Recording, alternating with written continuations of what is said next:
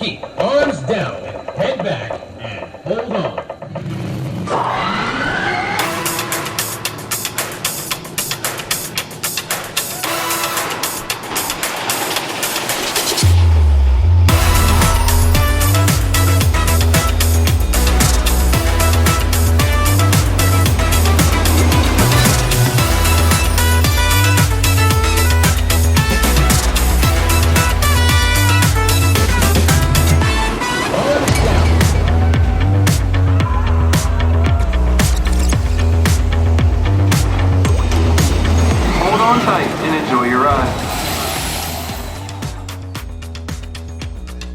So, you guys ready for Christmas?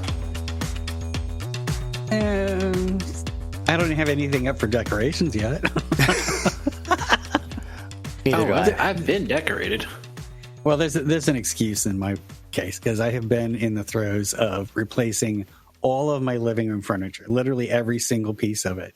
Still have 2 more pieces to go. And I'm thinking, I am not going to be moving furniture around and in and about with a big old Christmas tree somewhere. So we'll just wait, But now I'm like, by the time I do that, less pieces will come this weekend. Christmas is a week away, less than a week away. I'm not going to bother at all. I'm going to be a total Scrooge. I think you're just playing with that brand new Steam Deck. No, I'm afraid my new Steam Deck probably really won't get touched until after New Year's because it's so busy. Between, work and my daughter's back in town from Denver between now and the 30th. So we're going to be doing all kinds of things, driving down to Ogle Bay to do the lights and all that stuff that they do and Christmas itself. So have you ever been to the Butler? I don't know if they still do it, but I think it was the Butler Fairgrounds has a drive-through. No, I didn't know they had one. It's been years since I've been there, but it was really cool because they actually synchronized to the music. Like you turn your FM radio in. And, it was actually really cool. But I'm trying. That was probably 2016, 2017 that I was there last. So maybe not quite that. For anybody who doesn't know, Ogle Bay is in West Virginia. It's a park and mansion you can tour all kinds of stuff, and they become really known for this huge drive-through lights. But it's more than that. There are all the activities going on in the daytime and special menus at restaurants and all that stuff. So we're going to go down for a whole day and spend the night just so we don't have to rush back at 1:00 in the morning or something like that, because it's an hour and a half's drive from Pittsburgh. But it'll be fun. We haven't done anything like that. I've never actually been to that. I hear people talk about it all the time, but I've never actually gone. I've done it once before, but many years ago now. For us, it was always Overlease. Well, that was closer to where you live, too. Right. It was in our backyard. Right. But, I actually remember, going to Mr. Overlee's house, when he actually decorated his house. Oh, yes. And then it was they did it at Idlewild. When he retired, I think they did it at Idlewild for 1 or 2 years. And then they moved it to the Westmoreland County Fairgrounds. And Ryan's like, where are all these places? I've got plenty of similarities. So where I lived, it was our church did a drive-through nativity scene. And they did tons of lights along with it. So it's that was a big thing. When we did that, we would line up cars for a mile down the street. It was a pretty big thing. And then I was always thinking of this, Deacon Daves was in town there, and he would put on something we had a couple million lights that he would put around the house, and they're this massive extravagant. It was just a regular house too. And PG&E, the power company, had to come in and put a modified substation in for his house. Oh, geez. It was he had a special power tap for his house because he had so many lights there. I can't remember what it was, and it was funny because you have the streets around there. The cars were absolutely packed. There was nowhere to park at all. And, he'd have lines of people. There was no admission charge or anything like that. Just tons of people all over the place lining up the streets on both sides. And at the front, they had this big sign. It was a light count of how many bulbs were used. And what was hilarious is that next door, his neighbor had the same exact thing, and it's a light count 1. It was just one bulb on the sign. That's awesome. And who's got the better bill? Right? Like, how are you going to top that show? You can't top that show. I saw one yesterday on YouTube of this guy's house, and he does this every year, and it's the whole new tunes and all that stuff. The whole yard is all kinds of lights, including lasers and the whole 9 yards, and he's got a show that he does set to whatever music. This was the most bizarre tune because he took Carol of the Bells, dun, da, da, dun, da, da, da, da, all that thing, and mashed it up with Star Wars, don't, over top of the Carol of the Bells. It's just kind of mind-blowing.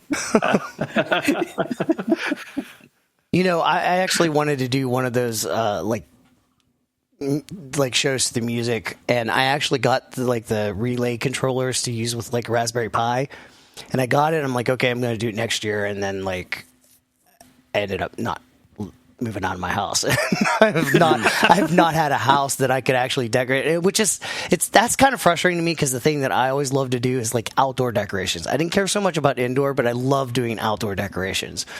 And I would every year for Christmas, I would decorate my parents' house. I mean, clearly until this year, last year too, but I love that. And that's the thing. I don't really do anything now, because living in an apartment, what am I going to do?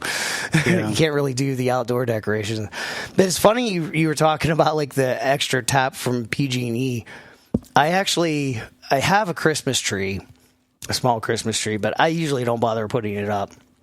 But the year that I got it and put it up the first time, I was actually going, I was thinking, oh, I should probably get a timer and just have it, not waste electricity during the day. But I have from working with computers and stuff, I have these things called kilowatts, where you actually plug into the wall and then plug something into it, and it'll actually tell you how many watts it's using. Oh, okay.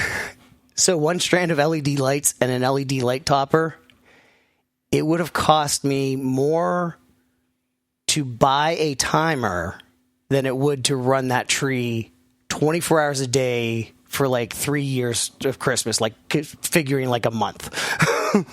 So the power difference between incandescent, thinking of all those old displays, those had to be so expensive because of the incandescent. Oh, yeah. And now LEDs, they'd have to be less than a quarter of the cost to run all those, I would think. Not to mention, but just incandescents, you burn a bulb out and the whole strand goes out, and LEDs typically aren't wired in series. So it's you break an LED and it's still okay. Even more fun with the old C9 bulbs. Right. I actually, I still do this. I don't know what happened, but we used to have those at my parents' house, and brought them out and I was testing them. And the old C9 bulbs, oh, that one's not lit. You jiggle it, make sure it's screwed in tight or whatever. Yep. So jiggle one. Okay, that one's back on. It was just loose. Go to the next one that's out, and as soon as I touched it, boom!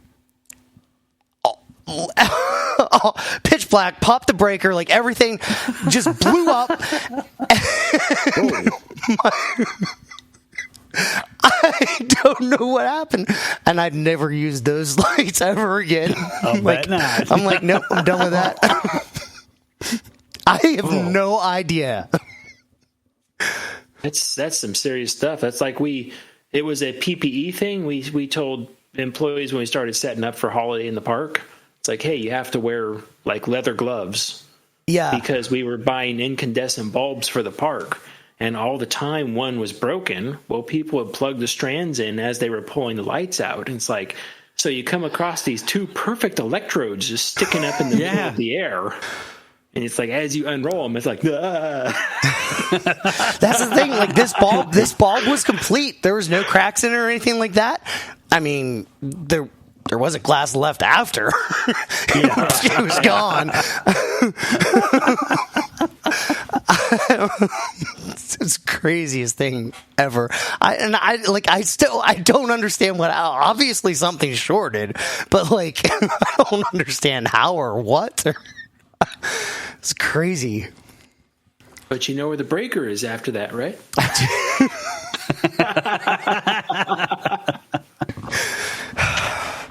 The stories of that house and electricity, let me tell you, like, I could go on forever.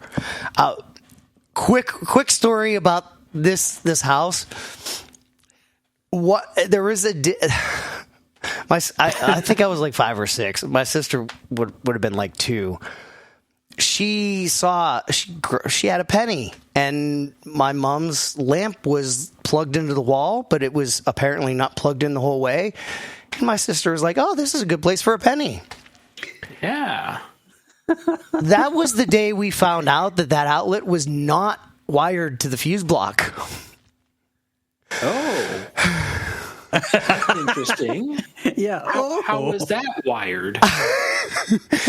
Magically. I mean, essentially right from the bowl. Yeah. So clearly that was not done by Eventually, a professional. Right. Eventually the prongs on the lamp, like the plug from the lamp, wore out and fell. That's what stopped the constant buzzing and lights dimming in the house. Like, National Lampoon's Vacation, like that's what was going on in this house at that moment. It was insane. Well, that was the comment not done by a licensed contractor. I pictured in my head the movie Mr. Mom, you know. What are you installing? 220? It's like, yeah, 220, 221, whatever it takes. Oh man, I haven't seen that movie in so long. I'll have to rewatch that one. That's a fun movie. Definitely, the younger I was, I didn't have respect for a lot or movies. Just didn't understand them. And then the older I get, they become funnier and funnier and funnier. Or you got to be in the right circumstances. You're making me think of Airplane. Remember that? Oh yeah, I love Airplane. The first time I saw it was at the theaters with a friend who was wound a little tight.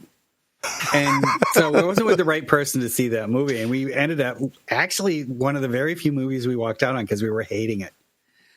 The next time I saw it was at a party, and we were all drunk, you know. And it was the best, funniest movie I'd ever seen. Loved it ever since. It's true. It's true.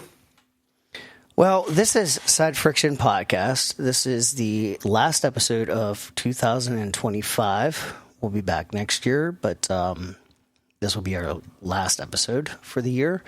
It's episode 109. It's for December 20th, 2025. I'm Bob. I'm Greg. I'm Ryan the Ride Mechanic. Good. We're all here. Yes. We're all here. We just had to cut and retake because Greg just disappeared on us for a little while there. Yeah. He just kind of died. You're talking to a ghost now. Bob, Greg hasn't been around in 3 years. What are you talking about? Yeah, some people will probably tell you mentally that's true.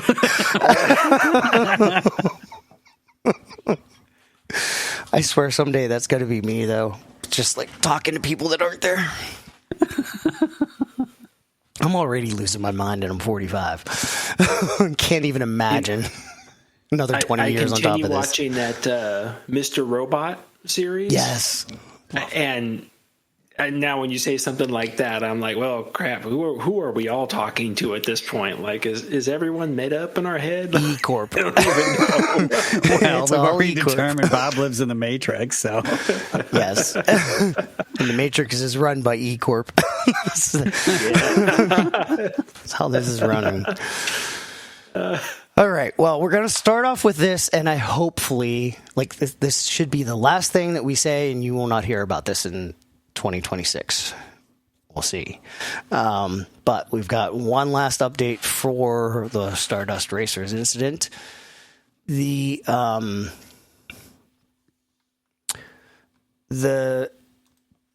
two things. The medical examiner released the autopsy, and Zavala's family has reached an agreement with Universal,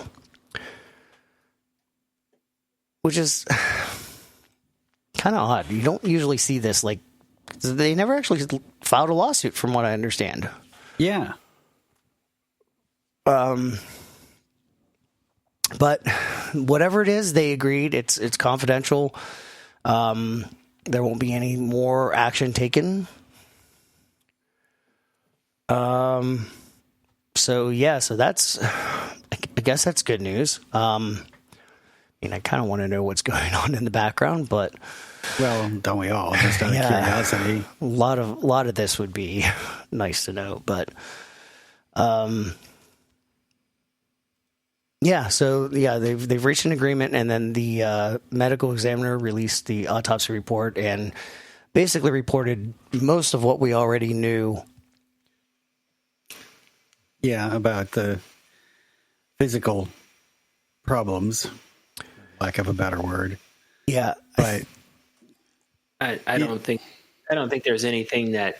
I mean, honestly, they're re-releasing stuff, but it doesn't sound like anything new has come out. You know, it sounds like every article just seems to be a rehash of the same exact stuff. Mm-hmm.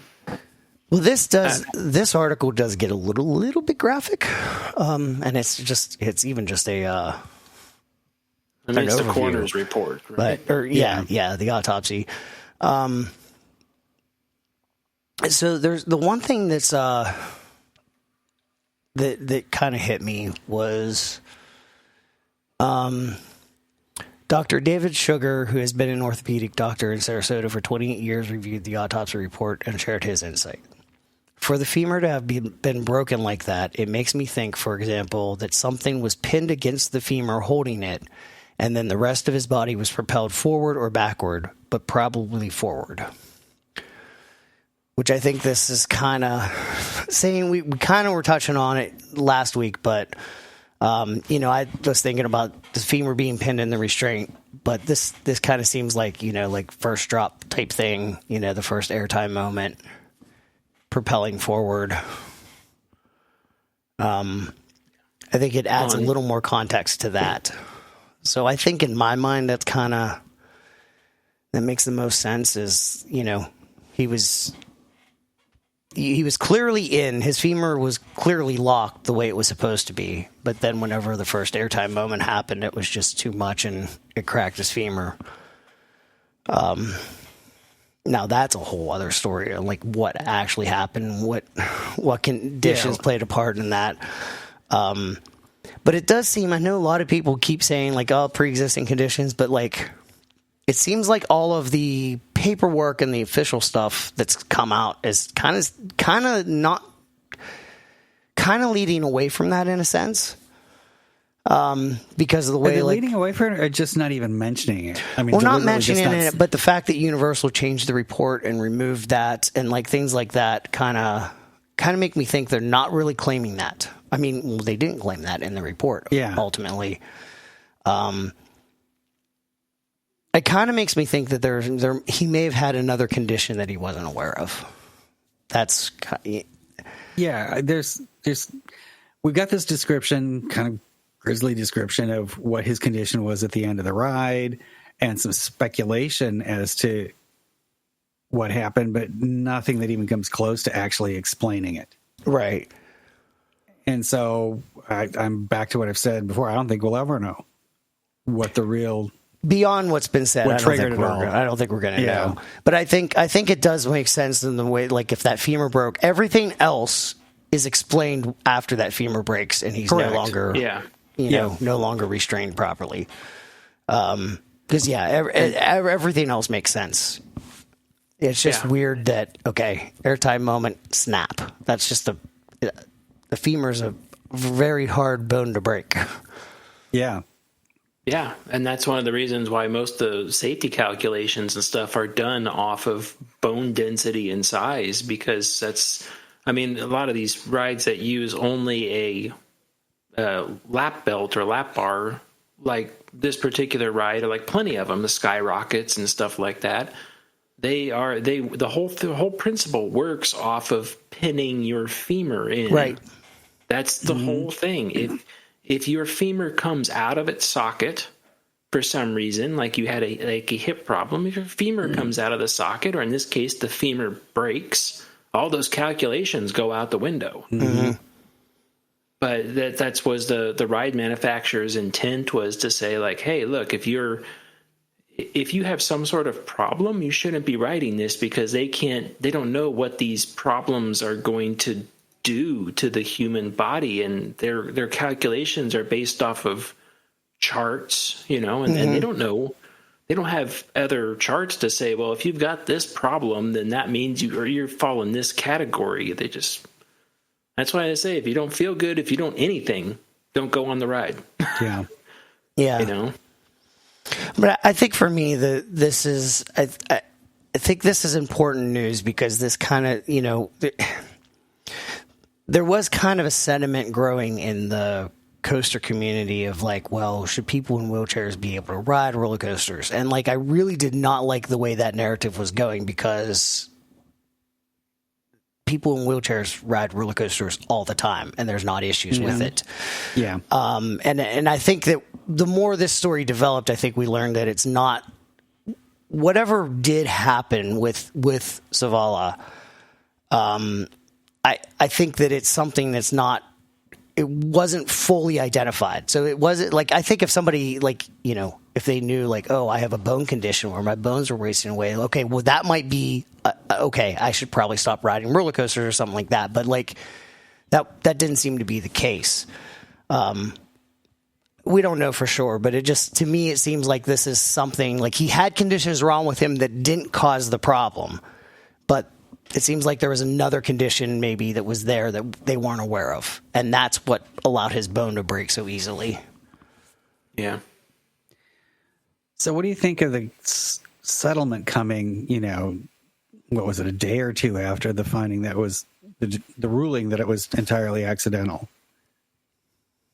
I because of the particular lawyer that they hired, I can't help but think he was ready to go for, blood with Universal until that ruling came out, and then realized, oh, nothing will hold up in court now. True. I mean, just like any car crash, most insurance companies will opt to settle out of court every single time. Yeah. Regardless of if they're actually at fault, right? If it was actually their problem. Right, but that always happens after the lawsuit is filed. True. But I mean, also how much, to say it like, how much face can you save on something like this? It's already a bad enough thing. I think we would all just like to say, this is done. Let's put this behind us now. Let's move on. It's over. But if you're going to have a lawyer that didn't get enough money from the case, they're going to continue to drag it out and just tarnish everything possible. So honestly, it's in the park's best interest to settle whatever it is as quick as they can out of courts. It's going to be in their best interest to do that, regardless of whether they were in any sort of fault or not. This is literally just like paying for PR at that point, The less they want to pay, the more negative PR there will be. Yeah. It's sad, but that could be. I also kind of think, and I saw, it's not this article. When I was going through articles, I saw somewhere else. Oh no, it's actually in the settlement link, the Fox 35 link. Zavala's parents said, "We are not here to tear Universal down. We're here to lift safety standards up. We're not against Universal, and we know people love the theme parks because Kevin loved them. We just believe every guest deserves to feel safe, no matter who they are or whether they walk or even roll." Which kind of makes me like saying this as a coaster enthusiast. If there's something wrong with me that causes me to die on a roller coaster, I would prefer my family not go after the park. Me too. Like that. And there's a part of me that kind of wonders if there's like that mechanism at play too, where the family's like, look, is this what Kevin would have wanted? Maybe that kind of brought them to the table a little bit more in a different light of like, we're not going to go for as much as we, I mean, we have no idea what the agreement was, but, the family very well could have been coming at it in that regard too, as like, what would Kevin do in this situation? What would he want us to do? So I think that's another aspect of this that could be, the reason for the kind of interesting ending. Yeah. And then there's always money, which is, I'm not saying it's they're to make money, but I'm saying there's always like final expenses, medical bills, someone always gets a bill for something. So, I mean, there could be just a chunk of money there that they don't want to come up with out of their own pocket for, and totally understandable, 100% understandable. Yeah. So it's just like, can the settlement just be to help settle those final costs? Exactly. Which honestly would just be a helping hand from the park. Right. Exactly. Which I would, if that were me in that scenario reversed, I would be beyond appreciative of any help I could get to settle final costs just to help move on. Yeah, exactly. Not trying to make money, just looking to exactly. Just put an end to it. Yeah. Yeah. Yep. Exactly. So, done. Hopefully that's the last we hear of it. Yeah. Yeah. Let's put that to rest. Codaland did have their own Siren's Curse moment. It actually happened today. And it's all over the news. Yeah. Not as much as Cedar Point was, but... Right, not as much as Cedar Point. Well, Cedar Point stole their thunder in more than one ways, good and bad. Yeah. Well, yeah, exactly. This is kind of the thing. It's like, we saw this happen a couple times at Cedar Point. Nothing bad happened. So, like, yeah, big deal. Of course we got to talk about it, but not so dramatic anymore. Two people were, literally just exactly the same thing that was going on in Cedar Point. Sensor tripped, ride shut down. They were left hanging for, what was it, 4 hours? Is that what it said? Oh, nearly an hour. Time. No, it was nearly an hour. Sorry. Where I 30 minutes. 30 minutes. Well, no, it was nearly an hour. 26 minutes into it, the family called 911. I mean, I guess. I love it when people call 911. Yeah. So cool. Especially after.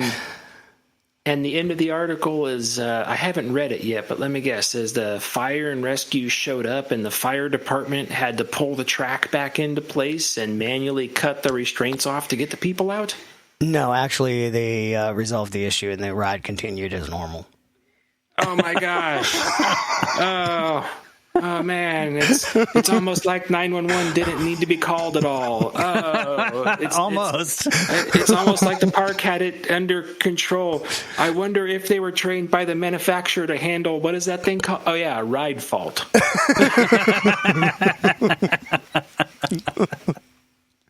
I don't know. Maybe if they didn't call 911, they'd still be there. Even if they didn't do anything, just the fact that they were called saved the day. Honestly, I was a former firefighter. I did not have any amusement parks in my area, so I never dealt with that.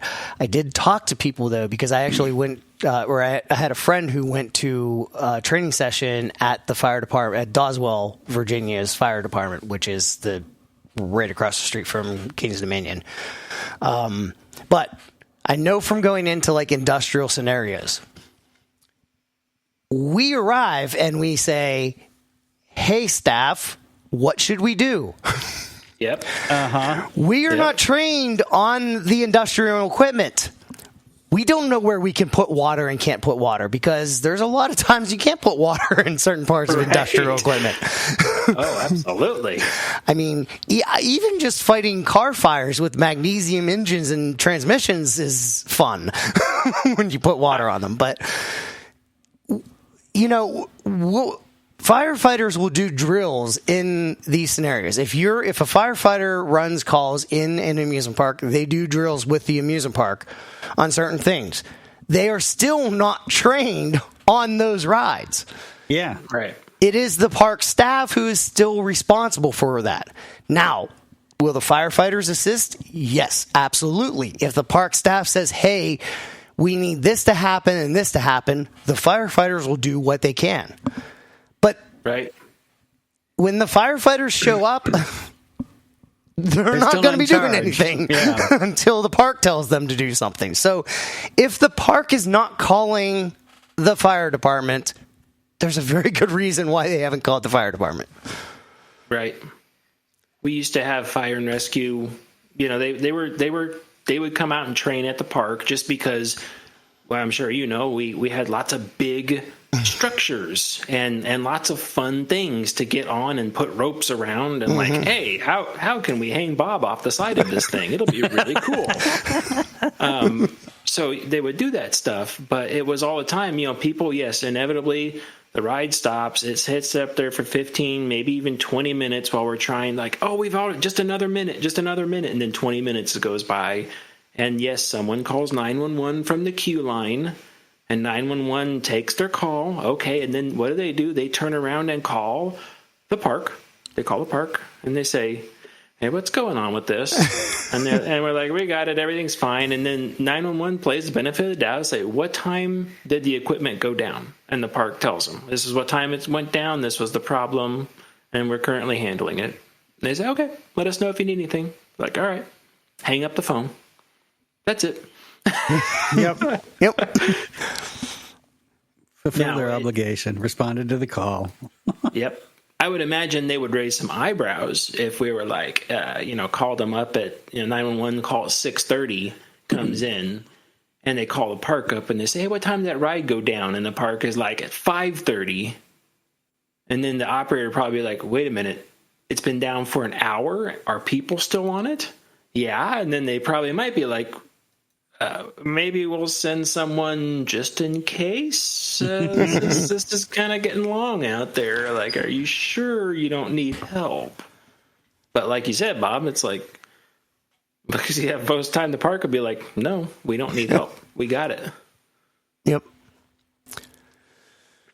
Well, more Coda Land news. Palindrome is testing. Yeah. That's an interesting looking ride, isn't it? It is. I'm not sure how I feel about it, though, in a lot of ways. What do you mean? Well, first of all, I'm not an engineer. That's Ryan's job. No. Not engineer, but mechanic. Closer to you than me. But it seems like they're doing things in a way that's more complicated than it has to be. Obviously, yeah.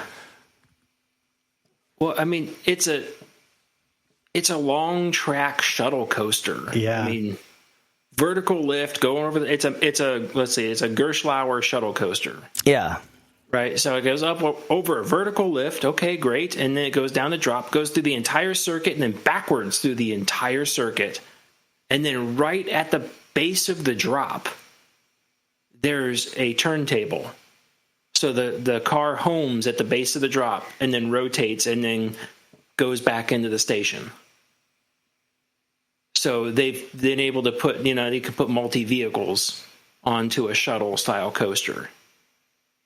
So it's just like, that's, I don't know how, have they done it before? I'm not sure, because that's a lot of stress over that transfer, that rotation track at the base of the drop. The vehicles aren't huge, but that is a lot of pressure on that thing. And when I say pressure, I'm not worried about it breaking, but eventually the stuff wears down and you start running into excessive downtime. I think that's where probably the closest thing would probably be switchback, but I don't like the transfer is at the end of the ride.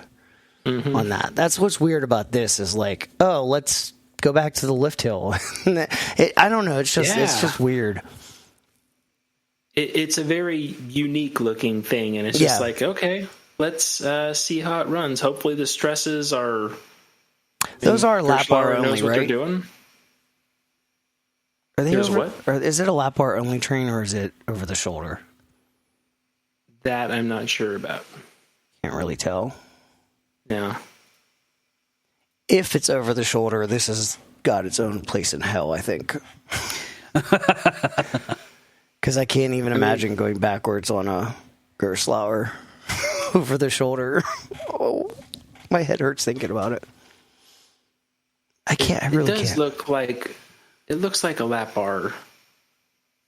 Yeah, that looks like lap bars only on those trains. I froze it and zoomed in. It looks like lap bars on there. 3 rows.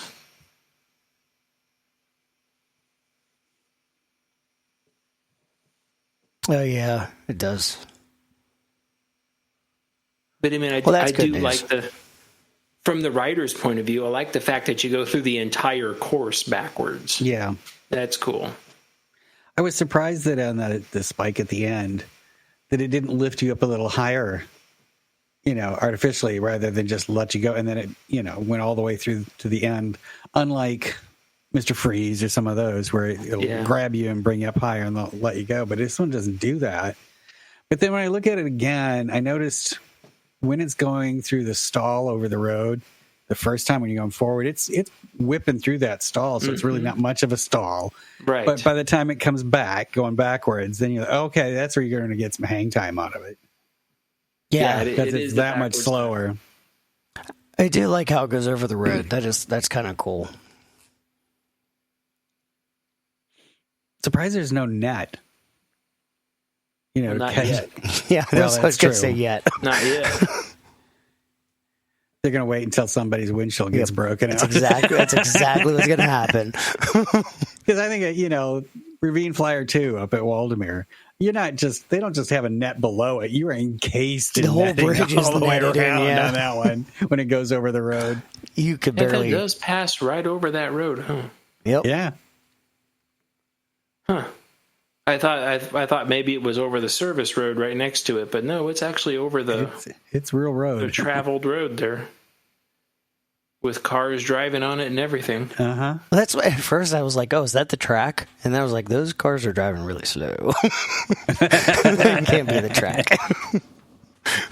I'll wait for the California's Great America effect, where people get in an accident right next to the roller coaster, and then you gotta put up a fence around the roller coaster so they can't see it from the traffic. Don't look at the roller coaster. Watch the road. Drive your car. Pay no attention to the roller coaster behind the fence.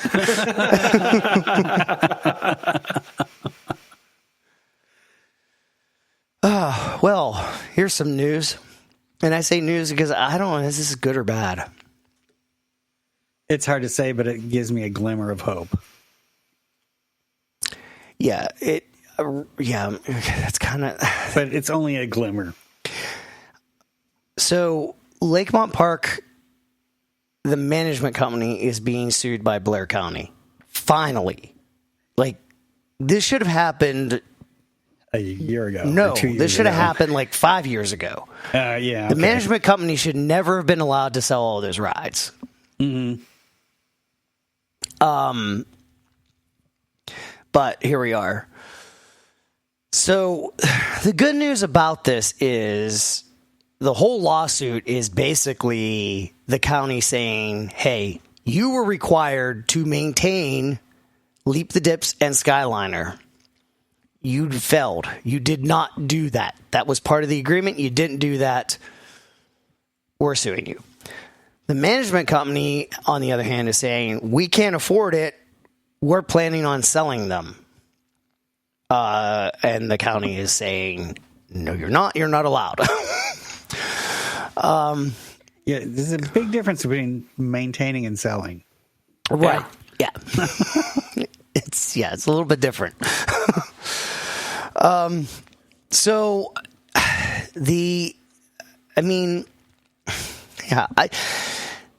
The county commissioner, well, first of all, this land, as far as I'm aware, can't be anything other than a park because the land was given to the county and I believe that's the. Then again, this also was what was said about Conneaut Lake. So, now you mean park generically? It doesn't necessarily have to be an amusement right, park. right, correct. Right. It has Just to be like clarify, public land. So, this isn't something that the county can just sell this to like build houses and stuff like that, and businesses or whatever the case may be. But the way they are talking, it does sound like they're saying like this is our history and it's important to us, meaning Leap the Dips. There's not really a whole lot of talk about Skyliner because, while Skyliner was great in its heyday, it needs a lot of work to get back to that. Yeah. You'd have to. In light of Leap the Dips, Leap the Dips is where the focus is going to be and is where it should be. And it needs to be, yeah. But yeah, so like they're really talking about like this coaster is our history. This is important to us. This is our community. It's a big part. So at least something is happening. Yeah, and that kind of talk puts, what do I say, an emotional attachment to it that is what will drive more public interest than somebody being purely financial about it or business approach. So maybe if word gets out even, beyond this article, maybe there can be some sort of, grassroots movement toward. Well, apparently the county has already got many, many letters and emails and stuff written to them about preserving the coaster and how important it is from locals and people all over the world. Well, that's good. Yeah. So I was really glad to hear that's happening. And anybody that wrote to them, awesome. You may have played an important part. And I think we could continue to do it. Yeah, I'd love to see it even better than it was when I wrote it, because it was fun, but you could tell it still needed a lot of love. Like the cars and everything could use a refresh. Send them over to PTC to restore them or something like that. And, I don't know if PTC Skyliner could. That was in such sad shape. Yeah. Oh, you're talking about Skyliner. Yes. Well, I was talking about both. I started out talking about Leap the Dips and finished with Skyliner. But yeah, Leap the Dips. It's got to be saved. It was just, it was one of the most bizarre rides I've ever been on, too. Oh, it's so much fun. It really is fun. It's shocking that something that goes a maximum 10 miles an hour was that much fun. I know. It's insane. I really want to know in this contract what really gave them the idea to be like, now we could just sell it. Yeah. What? It's like taking your car into the shop and being like, yeah, can you give this a tune-up? And you come back an hour later, like, we sold your car. Yeah, that kind of happened to me.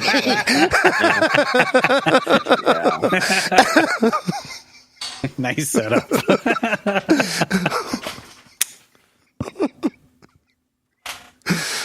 But yes, if you're not me, that's a weird thing to happen. Does your maintenance shop also own Leap the Dips too? I don't know. Maybe. Yeah, I think even realistically, even if they technically could sell it, who's going to buy them? Right. I can't imagine anybody buying Skyliner. And I've been told by multiple sources that I believe, if they moved Leap the Dips anywhere, it's no longer grandfathered for any of the kind of restraints and all that stuff. So they'd have to change all kinds of stuff on the ride. Could it even fit? I mean, the state of that wood, I don't know. I think the thing that happened was Blair County was like, oh, okay. Like every time the management company was like, we're going to do this, Blair County was just kind of, okay. They never said no. So I think the management company is like, well, hey, we could get away with whatever we want. Yeah. So like, that's kind of like what I'm feeling. Like, they're like, oh yeah, well, we could just go ahead and sell this. But finally Blair County's saying no, as they should be. But yeah, unless it went into a private collection, private land, never to open to the public. Yeah. Right. Unless it went into never to open to the public, which means it was completely private, then you could relocate it, because you could just simply build the foundation over again, relocate it, although it would be a massive amount of money, time, effort, everything. Yeah. Oh, yeah. But reassemble it in its current state privately. But now publicly, now that you've said that, when this ends up in Texas, we're coming for you, Ryan. No, this is operational. I'm talking operational. Oh, okay. But yeah, I mean, Okay. then if you were to do it publicly, say relocate the ride publicly, then yeah, Greg's right. It has to conform to the 2020, will be 2026 or whatever year it is, standard at that point. Yeah. And the restraints have to have the engineering behind it, a control system. You completely ruin the ride. Oh, yeah. I mean, right down to the handbrakes on the thing and all of that stuff, Yeah, absolutely. So, yeah, definitely it's not feasible. No. Yeah. I have wondered if it were moved as a part of a real museum, if it could somehow get a waiver, because now it's being presented as a museum piece that's being ridden or whatever, but no such place exists, so that's not going to happen. So that therein lies your insurance problem, because if you said, "Oh, it's a museum, we're going to only operate it," as soon as you say operate it, insurance steps in and goes, "What? Yeah, what? You can't do that. It has to have all the new controls on it." It's like, no, but it's private. It's like, nope, you can't do that. It's like, you're going to put people on there. It's like, okay, so you have to go to a private, uninsured area. So it's not going to happen. Yeah. Private, uninsured. And then you could put it right up there with whatever ride you want to build on that land, Like, absolutely. I think this area should just become either Del Grosso South or Knoebels West. Yeah. I totally agree. There was an article, or was it in a conversation we actually had with them when they were on the show once, where somebody put the question to Knoebels, are you trying to run a modern amusement park or a museum of functioning old coasters and whatnot, because of how they've done things with, and the response is no, we're not trying to be a museum. That would be a whole different take on things, and so maybe they could answer both of those with a yes by taking over Lakemont and running that like a museum. There you go. Yes, that's a good idea. Yeah. They say, well, Leap the Dips used to run at 10 miles per hour, but now the Knoebels we're up to 12. Right. Knoebels took it over, and it's doing like 17 around the corners, Oh, I don't know. That back row would kill you then. No, strange enough, even though that's a one car with two rows in it, the difference in the ride from the front to back is shocking. It's insane. It's amazing. And it hurts. The second row can actually hurt on those little dips because it just bounces you around so much more. I think it's because the way the wood kind of springs, I think it the front of the front wheels hit the wood, but then as they're rolling over, it springs back when the rear wheels are on that part. So it just the wood kind of springs up the back end of the car. Meanwhile, the front end of the front row, especially when you're in the straight areas, not when in the dips. If you've ever ridden a horse, it feels exactly the same. It's got that same horse just walking along really slowly because of the warps in the board. Yeah. Well, is it even a laminate stack? I mean, in current coasters, it's not even a laminate stack, is it? It's probably a piece of 2x8 wood or something like that. I'm not even sure if it's 2x8, maybe 2x6 or something. Is there at least there's a metal strap on top of it where the wheels run? Let's try and look at some pictures here. I don't know. Yeah, I don't know either. I honestly don't think there is. I mean, Because the metal strap would be holding it together at that point. No coaster manufacturer was involved in rehabbing this. It was a furniture company that rehabbed the ride back in 1999. Nice. It's so far outside of roller coaster engineering today that the closest they could find is furniture repair people. Makes sense. That's why it's so valuable. It looks like it's got it looks like about a 2x6 or 2x8 piece of wood. And it does look like it's got a metal runner on top of it. I got some pictures up now that it does. Yeah. But I mean, that's... If you wanted to smooth it out, which I know people wouldn't want to do that, but I mean, simply just triple the laminate stack and actually make it a laminate stack. Yeah. Now you're talking about fabricating a whole new ride. Yep. Which, still, I think a front row and a back row should be 2 separate credits on that thing. Leap the dips. We had RMC come in and redo it. Oh, no. Oh, God. That's more of a tragedy than it disappearing. Yeah. But it would be smooth.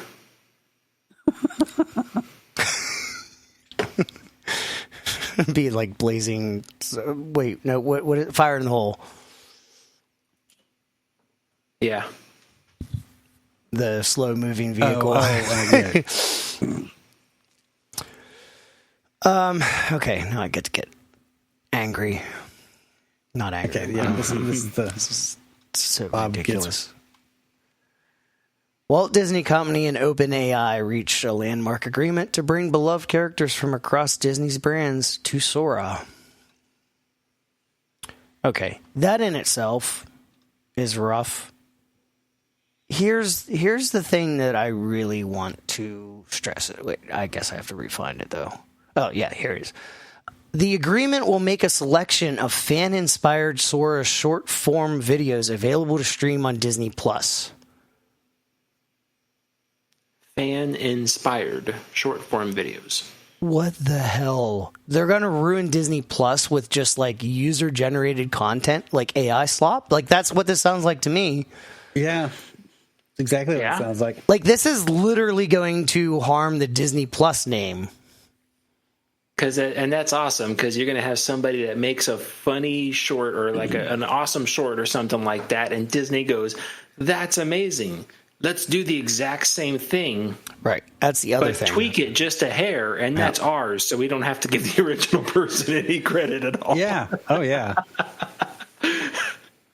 Yeah. Well, and like that's the other thing when it comes to AI. Like OpenAI does not respect copyrights at all. They're literally consuming the internet, which contains copyrighted material, and they're regurgitating that. And that's a violation of copyright. So, like, it's hard to say, like, oh, I come up with this really good idea. Let me share this with Sora so that it can make it onto Disney Plus. Like, I don't care if they tell me like that's my creation. Like, how do I trust them? Right. You can't. I have a they're opening the door and getting in this early just so they could say everything that's created with this filter now and here on out is officially ours because it was our stuff. Yeah. Mm-hmm. And then it's like, okay, and then anybody who tries to be like, oh, a Disney style AI anything from there on out, whether they say Disney or not, they can strike it and be like, nope, that's ours now. You can't do that. Yeah. Well, and I also kind of think there's also the position that because OpenAI is just consuming everything and regurgitating it, Disney's like, well, they're going to do it anyway. We might as well make some money off of it. Yeah, I mean, that was my thought. But then the other thought came in of just like I said, it was like, we're starting to build the dam wall. Yeah. And like we're going to contain the flood now because we put it out early and we said, haha, look at this. Everyone can have it for a little bit. And then it's like, now it's ours. Yeah. It's the groundwork. Here's the other thing. Disney necessary. will make a $1 billion equity investment in OpenAI. And employees get to use ChatGPT. Yeah, well, there you go. And the bonus. I clicked the thing on there and said, read this article to me. And basically the article repeats itself 3 times. Yeah, it kind of does. It's all in the same thing. It's all made up as one article, but it repeats itself 3 times. And all 3 times, they were very important to say that employees get to use ChatGPT. I mean, this article was most likely generated by AI. I was just going to say. Yeah, it kind of looks like that, huh? Same thing 3 different times over. I don't think people genuinely understand how drastically the landscape is changing and like where we are in society. Like things change gradually and you get used to things as they change. But things are so fundamentally changing in the way the world operates now as a result of this. Like the fears of 20 years ago that were like, okay, well, this is concern for the future. It's here. Like we are living that moment that decades ago we were fearing. And I don't mean that as like, oh, the robots are taking over and they're going to kill us all. Because I don't think that scenario plays out exactly in that manner. But we're going to lose our creativity. We're going to lose our reasoning. I mean, everything's being farmed out to a computer that's regurgitating things that have already been done. And I mean, you look at Hollywood, like how many movies, even like in the last decade, how many movies are just remakes of old movies because we're not coming up with anything creative anymore. Like our edge is being dulled, and this is doing it even more. And like the one thing that really, like I was just thinking about this, and there's that saying about like, oh well, a monkey somewhere will eventually type Shakespeare, because they just bang away at the keyboard. But that's crap anyway. That's not true. But the thing is, like that's what AI is. When you ask ChatGPT a question, the reason why it's consuming so much power is because it's literally banging away until something sounds reasonable. And then it presents that. So it has gone through so many iterations before it actually gets to what it's telling you. Mm-hmm. And this is why our electricity costs are going up. I don't know. I know every generation fears like what the next generation is going to become. And, sometimes like, it's like, I feel like, okay, I'm that guy like, oh, watch out. Like, don't use this. The same way like generations ago were like, this internet's bad. Don't do it. But at the same time, like I sit here and go, well, they weren't exactly wrong. Like, no.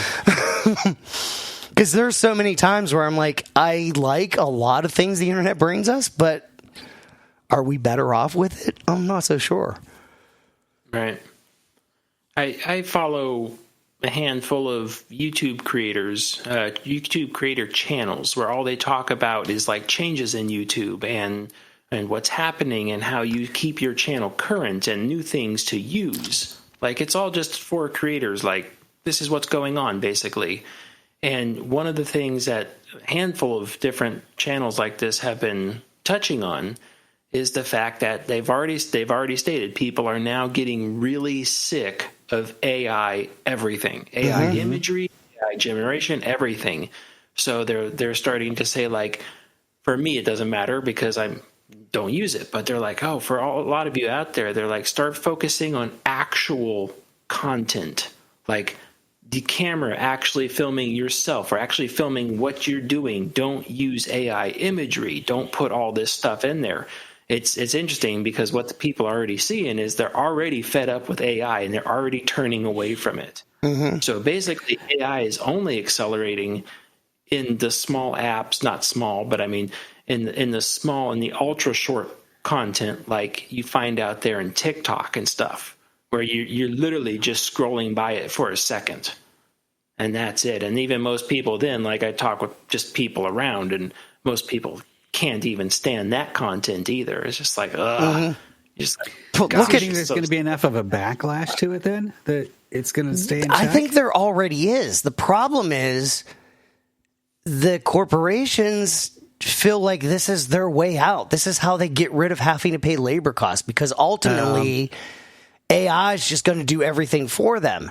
But it's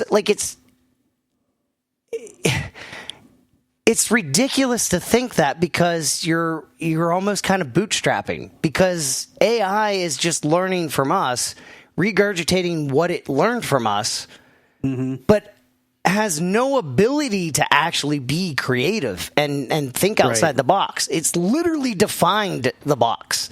That's what it does. So it can't do what the executives believe it can do. But we also have this problem, and this is where like that whole $1 billion investment, the equity investment, this is the thing that's happening so much right now. You've got OpenAI, you've got NVIDIA, and you've got Gemini. No. Cora? No, it's not. No. Oh, what's the other company? There's 3 companies. Crap, I can't think of the third one. NVIDIA is making the GPUs that make AI possible. And then you've got OpenAI, and then there's a third company, and they basically it's like a circle. One lends a ton of money to the other, who lends a ton of money to the third one, who lends a ton of money back to the other one. And a lot of the AI economy is being built on this system right now. Fake exchange of money, yeah. So, and it's already been said by some economists that the AI is the only thing that's keeping us out of a recession. And we're dependent on AI, because without the AI is a bubble. It's going to pop. Are there going to be, much in the same way that the .com bubble popped, like the internet didn't go away, .com didn't go away, but things fundamentally changed. That's how we're going to see it. It's not like, the bubble's going to pop and AI is going to go away. But I think it's going to be more substantial. But the difference is that when that bubble pops, I don't think there's anything left of our economy. So I think that's why there's such a push to put it like, everybody get in on AI, because if they don't, everybody's losing money. Like all these people that are really pushing AI, whether they know it or not, like they just know they're going to lose money. They have so much inflated, their values are so inflated. 2026 is going to be interesting in so many ways. This is just a whole other aspect of it. But in the meantime, go ahead and create that Mickey Mouse cartoon you've always wanted to create, because you can do it now. I saw a good meme the other day. It's like, before we start 2026, we're going to need to see the terms and conditions. Yeah, seriously. I know. But the problem is, we just check yes, nobody we read them, and continue anyway. On. I mean, can we visit? Well, actually, Disney Plus was one of them. McDonald's, the whole like, as soon as you sign up for the McDonald's app to get your free fries, you can't sue us anymore. You can't do anything to us, no matter what we do. And then Disney Plus pulled that, like if you signed up for Disney Plus and then that thing happened at the park and they were like, we're going to sue you. And then all of a sudden Disney's like, oh, nope, you agree. Like, man, it's getting bad for consumers. Yeah, it is. It's getting really bad for consumers. And this isn't helping. Oh, come on. Well, think of this too. Like, what are people going to actually be making these characters do? Oh God. I mean, like, it's nothing under an R rating. No, R is about as low as you're going to go there. Yeah. Does Disney really understand this? That's what I say. I think that's one of the reasons they're doing it, is because they want, anytime somebody puts out something like that, Disney wants to be able to say, you can't do that. Do that. Yep. Yep. Because there's going to be the term likeness thrown around after like that. That's our likeness. No, you can't do that. Mm-mm. Unless it looks like the Steamboat Willie and Mickey Mouse, then it's fine.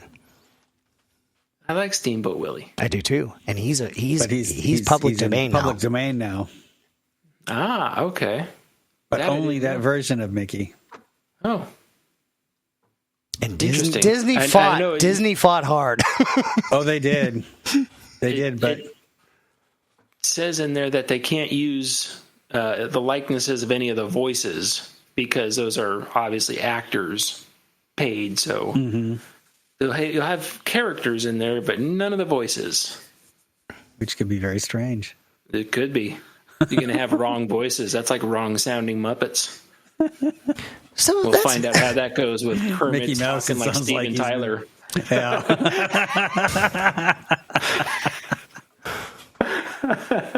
It's like meeting the characters at Disney who can't talk. We're going to get in rock, or what used to be Rock and Roller Coaster, and we're going to be like, are you kidding me? They didn't even change the audio. They just put Muppets in on top of it. It's still all the old Aerosmith audio. It's the Muppets singing Aerosmith.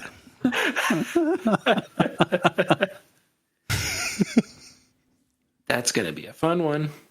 Oh. All right. This article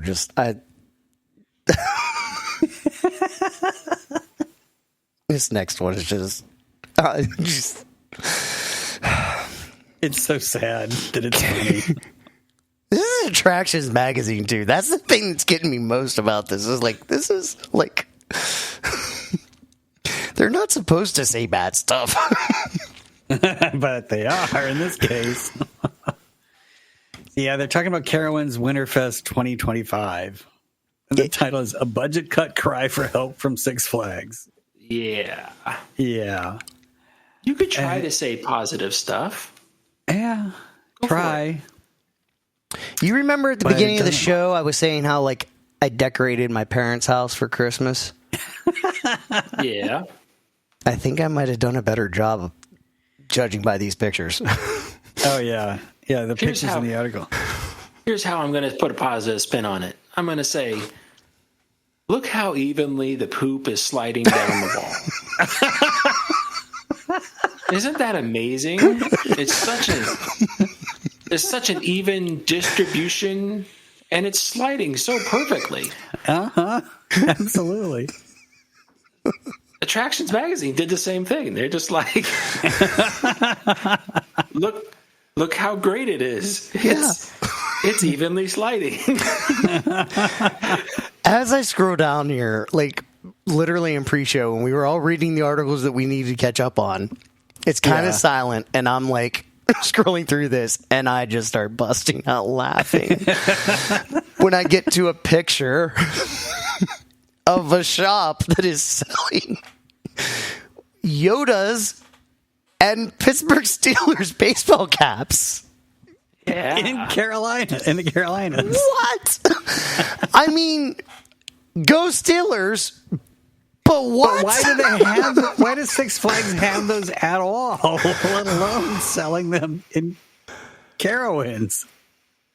The only thing I could figure is John Riley just got a stockpile of Pittsburgh Steelers stuff from Steelers country when he left. He's like, hey, guys, sell these somewhere. And yeah, I don't care where. And yeah, and then there's the sad Christmas decorations that are, the inflatables that you have in your yard if you're tacky.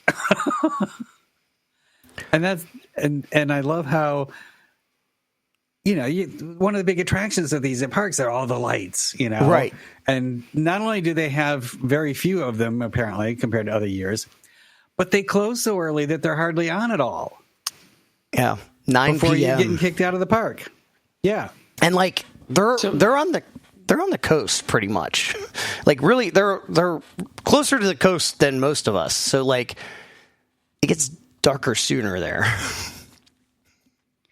Or I mean, wait, no. My question I is, don't know. Ignore me. This isn't their first year doing this, right? No.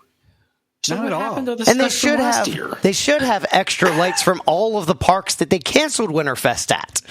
That's what they should be That bringing too. all those in and being like, look, we have all the lights now.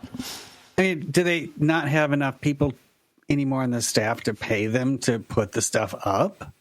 I mean, that's And quite possible. Does that many lights cause such a huge jump in their electric bill in the night that they can't put them on? You run it at night when you actually would want to see them? Are they all incandescent lights? I mean, They didn't come switch to on. LEDs. They Well, switched that's to the sad LEDs. part. Like, all of King's Dominion stuff was LED, so, like, bring all that to Carowinds. Yeah. Well, some people put their capital in LEDs. Some put it into the inflatables. To be fair, the inflatables probably have LEDs on the inside. So it's kind of a win-win there, you know. One park's looking at the other one like, what'd you just buy? Lights? We bought inflatables with lights on the inside. This is so much better. And this other picture with Like, they went to Home Depot. it's got a tree in the foreground with the lights going up probably 6 feet on this tall tree. Yep. What And people could between get that to. and the next tree is just a bunch of penguins. That's exactly it. They didn't have a ladder. A bunch of They're just like, this is all I can reach. yeah, it's just a bunch of penguins statues that have no relationship to Christmas or anything. It's not even like they're wearing Santa hats. They're just penguins. Nope. And what's the story behind these penguins? It's like they're looking for the exit gate. That's exactly what's going on. They got lost. They're supposed to be at SeaWorld.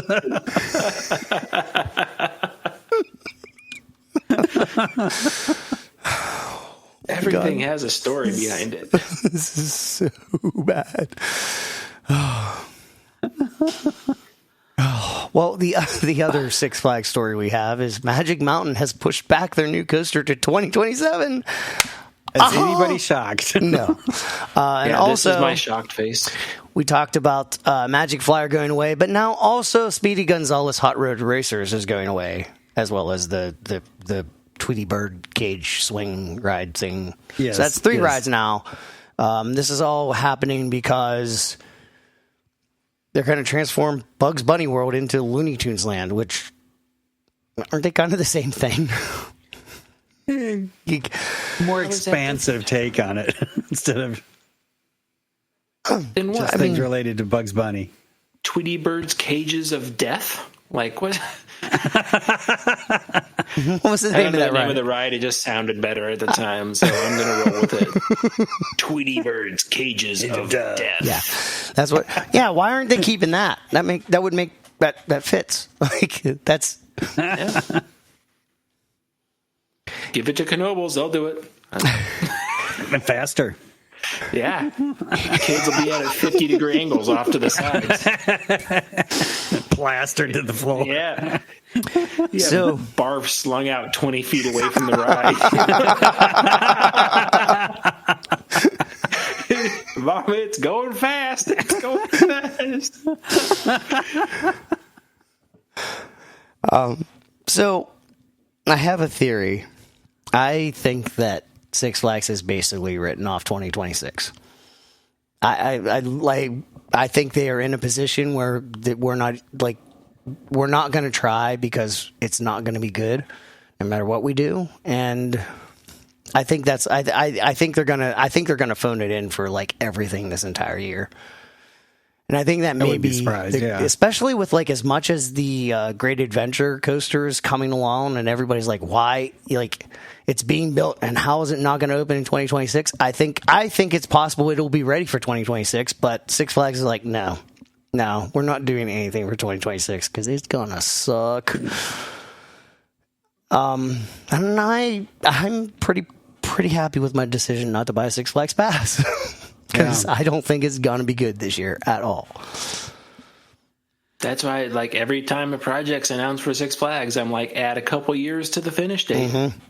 That's what it was. It's like, okay, whatever the replacement is at the Great Adventure coaster, whatever that thing is, that's why I was like 2027 Yep. at earliest. Probably 2028, honestly. But, yeah, we actually got steel on site for that, so maybe 2027. Well, now granted, it was supposedly pandemic related, but look what happened at Busch Gardens Williamsburg with. That was not pandemic related. That was pandemic blamed. That's what I said supposedly, but it sat there ready to go for, was it 2 seasons? 3 before they actually finally opened 3. I think it was 3 seasons, wasn't it? Wow. Yeah, it just sat there. People they built it in the lawn 2019. It was supposed to open in 2020, I think. Didn't open in 2020. Didn't open in 2021. Did it open in 2022 or 2023? I feel like 2023, but it's one of those 2 or 3 years. But same. It was Pantheon and Iron Gwazi both. That reminds me. Whatever happened to that quantum coaster? What is it? The Intamin one that they built, and then they were about to open it up, and then stopped because there was a lawsuit or something. Well, it's at Six Flags Park, so it's not going to open until 2027. We know that. That's a good question. At the end of March in 22. Okay, so it was 2 years soon. Yeah, it was the 3rd year of waiting. That's why I was thinking that, because it's 2019. You think 2019, 2020, 2021. Yeah, that's why I'm thinking that. And all that time they couldn't put in a lick of theming on the thing. Well, no, they did for 6 months. They put the spotlights on. That's not theming. They called it theming. Oh my God. Was that before the lights burnt out? What happened to this? No, so the whole thing was like it was LED. They were Franklin bulbs. No, so the thing is when they permitted them, they only permitted the lights for 6 months. Oh, jeez. Oh my gosh. Yeah, that's it's a hell of a company, man.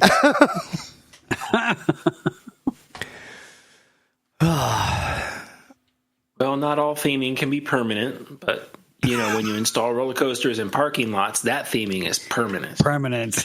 Absolutely. Do not paint over the lines. Nope. Under any circumstances. Yeah, capital for that stuff is actually to repaint the lines.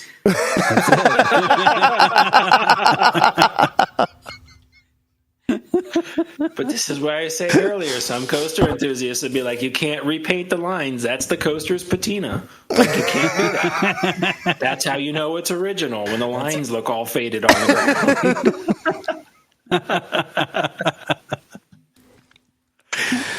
ground.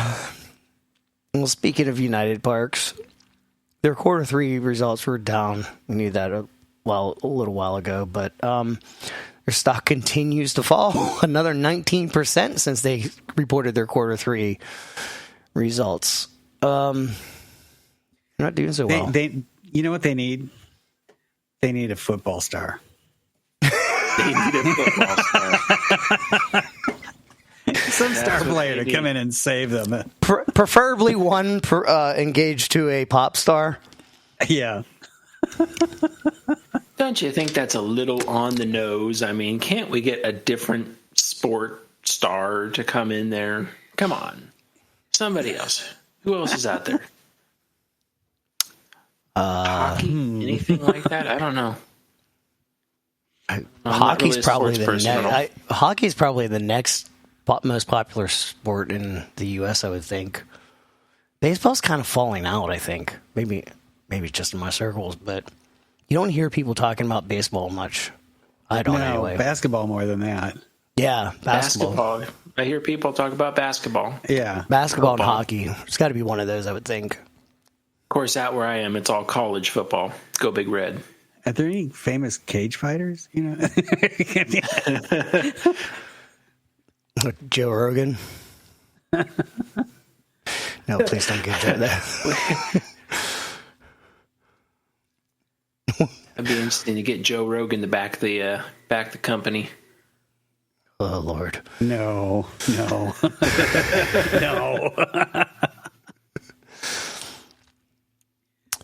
Although they'd have hallucinogenics and all kinds of stuff. Oh my God, in those parks. I didn't read. At the bottom, there's the click here to read, or the story continues. You have to click the button. I shouldn't have clicked that button because it revealed one single paragraph, and this paragraph pisses me off. It says, while we acknowledge the potential of parks as an investment, we believe certain AI stocks offer greater upside potential and carry less downside risk. If you're looking for an extremely undervalued AI stock that also stands to benefit significantly from Trump-era tariffs and the onshoring trend, see our free report on the best short-term AI stock. You should have. It was an AI plug. Go to hell. Oh, that's sad. What do they mean? Undervalued AI stock? It's all overvalued. Right? I mean, has anybody seen like the reactions of like people that have LG TVs? I don't know if you guys know, but like apparently Microsoft shoved their Copilot into LG smart TVs now. And really? I didn't buy one. People are not pleased. This is honestly it's Christmas time. People may be buying new TVs. When you take that TV out of the box, you're going to be really tempted to plug it into the internet or connect it to your Wi-Fi. Don't do it. Don't do it, because it will update and do things that you will never undo. But I got a smart TV. No, go buy a Roku, because it's cheaper to replace a Roku when it does something stupid than replacing your whole TV. No matter how much your TV begs, do not let it talk to the internet. I'm telling you, it's the best thing you could do. Especially now when a lot of them are starting to push ads and stuff like that. Like a lot of the smart TVs now, for instance, Vizio was just, I think a year ago, bought by Walmart. And Walmart has plans to start pushing ads onto your TV, onto Vizio TVs. So if you have a Vizio TV that's connected to the internet, it will get that update and it will start shoving ads in your face. And there is a plan to eventually start doing that while you're watching stuff too. Just keep that all in mind, because once it's installed, you cannot uninstall it. You've been interesting. We're reducing the number of TVs we have in the house anyway. A lot of times when one breaks, we just don't replace it. We're like, nope, going down. It's like I have an older TV, high def. I'd like to get 4K. I don't really need 4K, but like, yeah, cool. But I don't want a smart TV. I just don't want one. So I'm fine with regular HD. Like it's more important to not have smart features in my TV than to have 4K. That's the way I feel about it. Now, when my TV breaks, it's going to be good luck. I might just buy a really big monitor. That's probably what I'll do. Yeah. What about a projector? Yeah, I think some of them are starting to do smart stuff, but I don't think a lot of them. So that's a possibility. Better do it fast. I know. Before they start putting it in everything. Right. They will. Right. Before the price starts going up. Well, that too.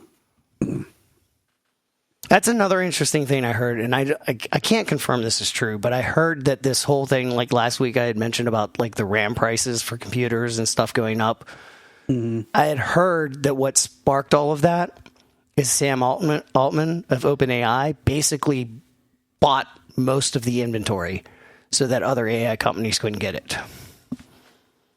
I don't know if that's true or not. Corner the market? But yeah, but that's like it. His history, that's a very plausible thing. It's very plausible and ridiculous.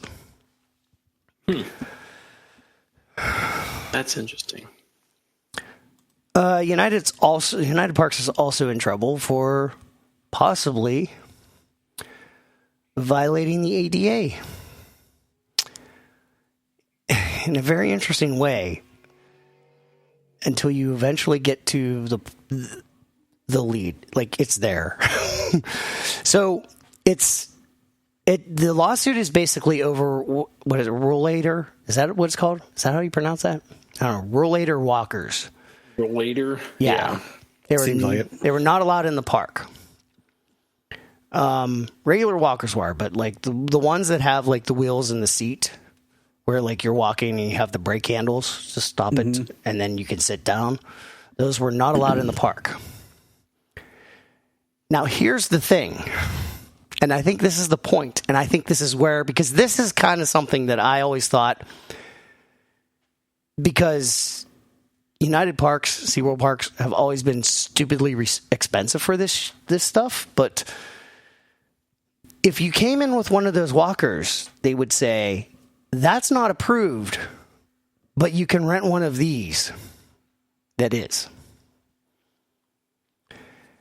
And basically, this lawsuit is kind of it's kind of in that scenario where it's like these people are coming in with the equipment they need to get around, and the park is saying, no, you can't do that. You have to pay us for something that's not even ideal for your scenario. As basically as a way to make money.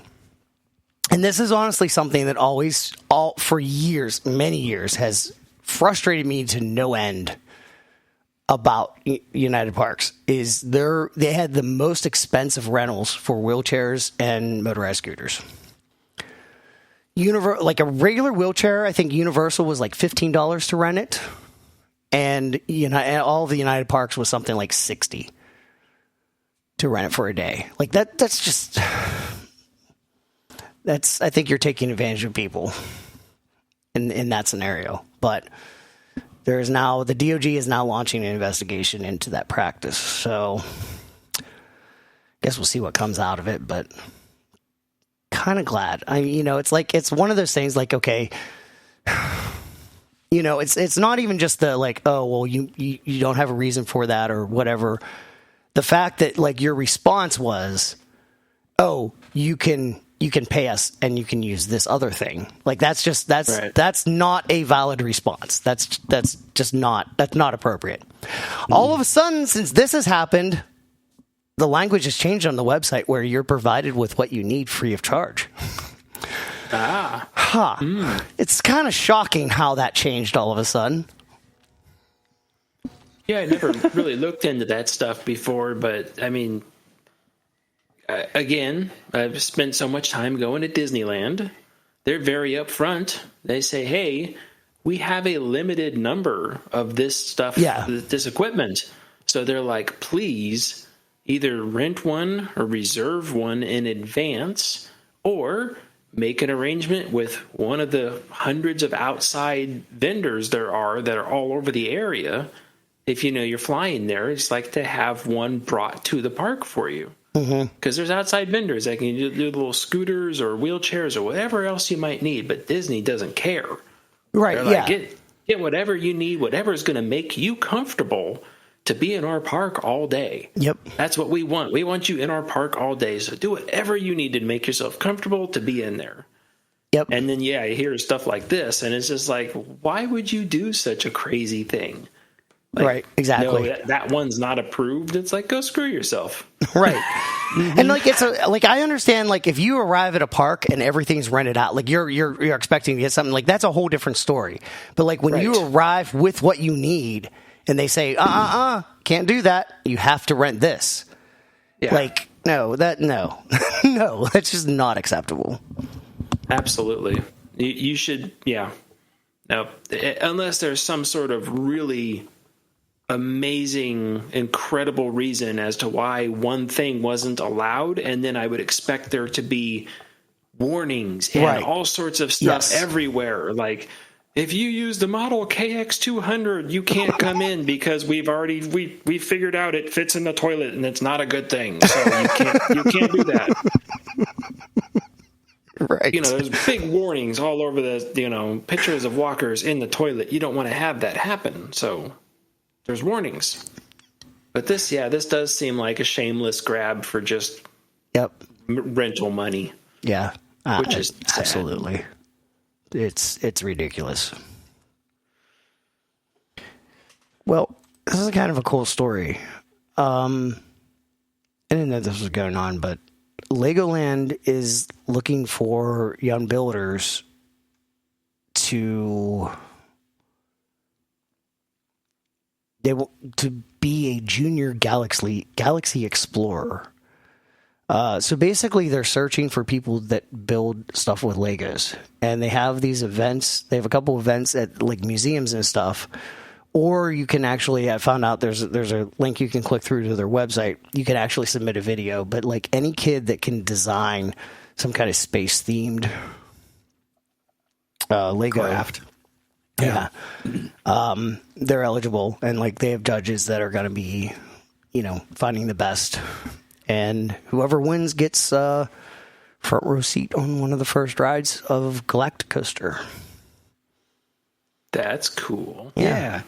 I thought this was a really cool thing. Is there an age limit on this? I mean, yeah, it's coming from you. Better be pretty spectacular.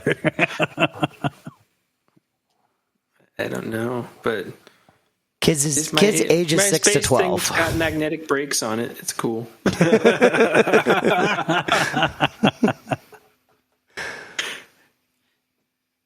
Yeah, so they were at the Children's Museum in Miami on December 13th.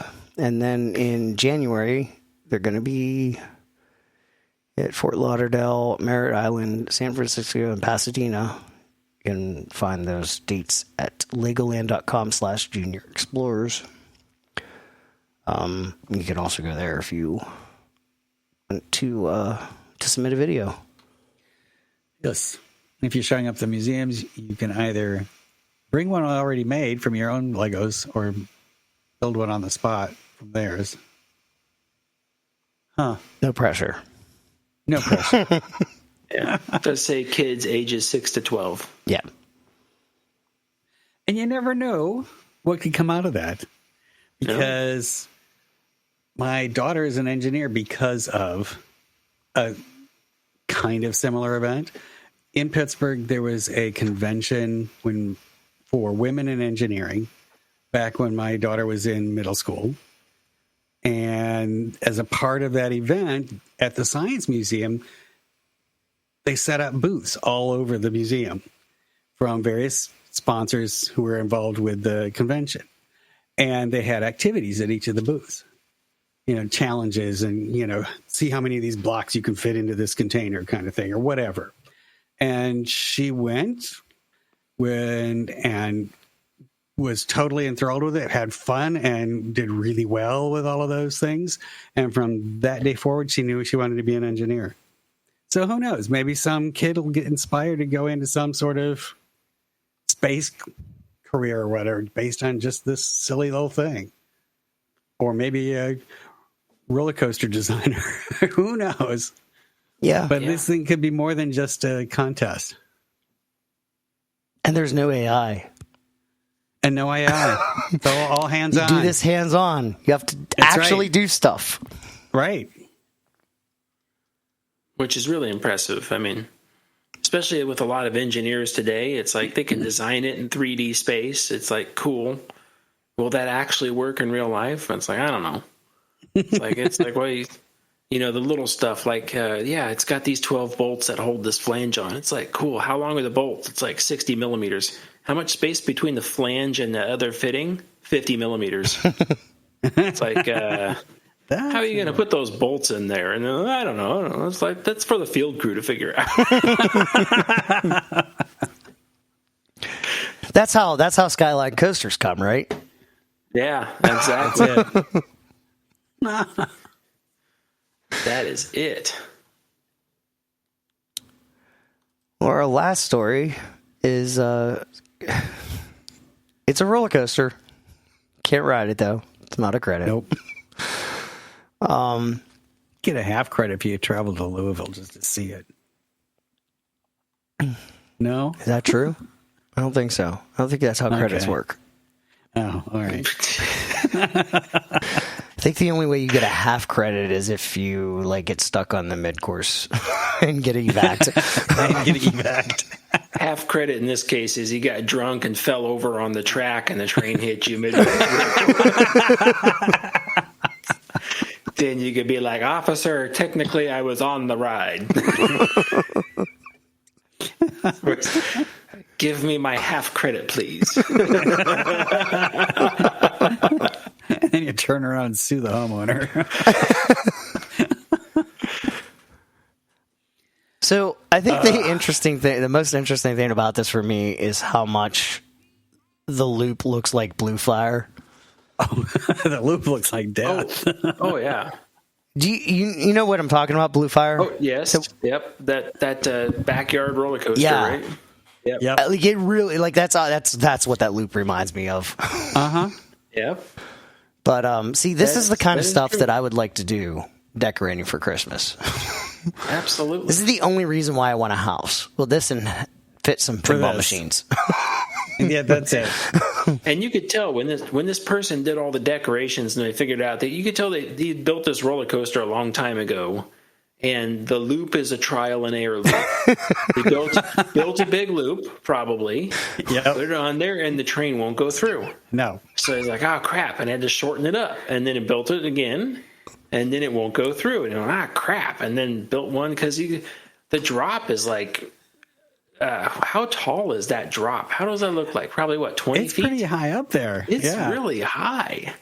So it's like a 20-foot drop, and the loop is like 4 feet high. Yeah, it's really tiny for the rest of the scale of the thing. As it goes through the loop, you can see the front coach almost touches the back coach at the same time. It's like, it is tight. Santa and those reindeer can really hold up well against all those forces. Right? This seems like 30 Gs. This seems like a good time to bring up my favorite what the hell incident called Texas Tornado that Hopkins built. Oh, the one that's got the spokes because they kept making the loop smaller? Okay. All right, I know what you're talking about. Yeah, everybody else. Yeah. Boy, that's a fun one. It's like, yeah, because, mid-course redesigns. We're just going to build this, and then that's what happens when you do a whoops, and it's like, all right, well, okay.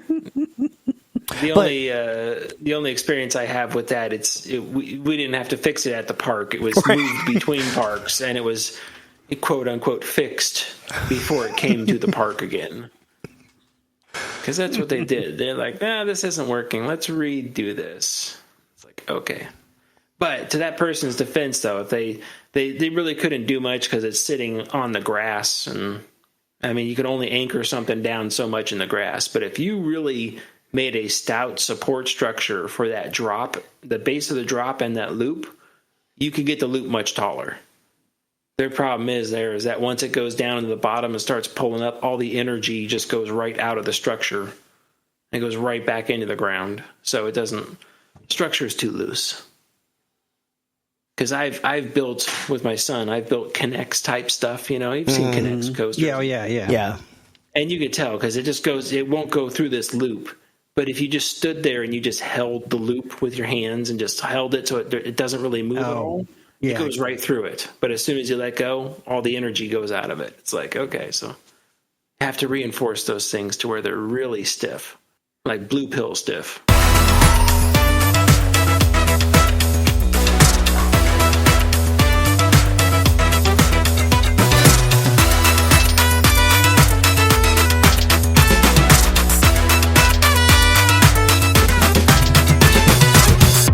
Listening to Side Friction Podcast. We release new episodes every Saturday at 9 p.m. Eastern. If you enjoy the show, please consider leaving us a review on the platform you are listening to. Visit our website at sidefriction.com to find show notes and other information, as well as links to other locations where you can find us. Follow us on Mastodon, sidefriction at worldkey.io, or follow me at RagingWolfBob at opencoaster.net. Check out my channel on YouTube at Ryan the Ride Mechanic. We hope you'll join us next week and stay on track with Side Friction Podcast.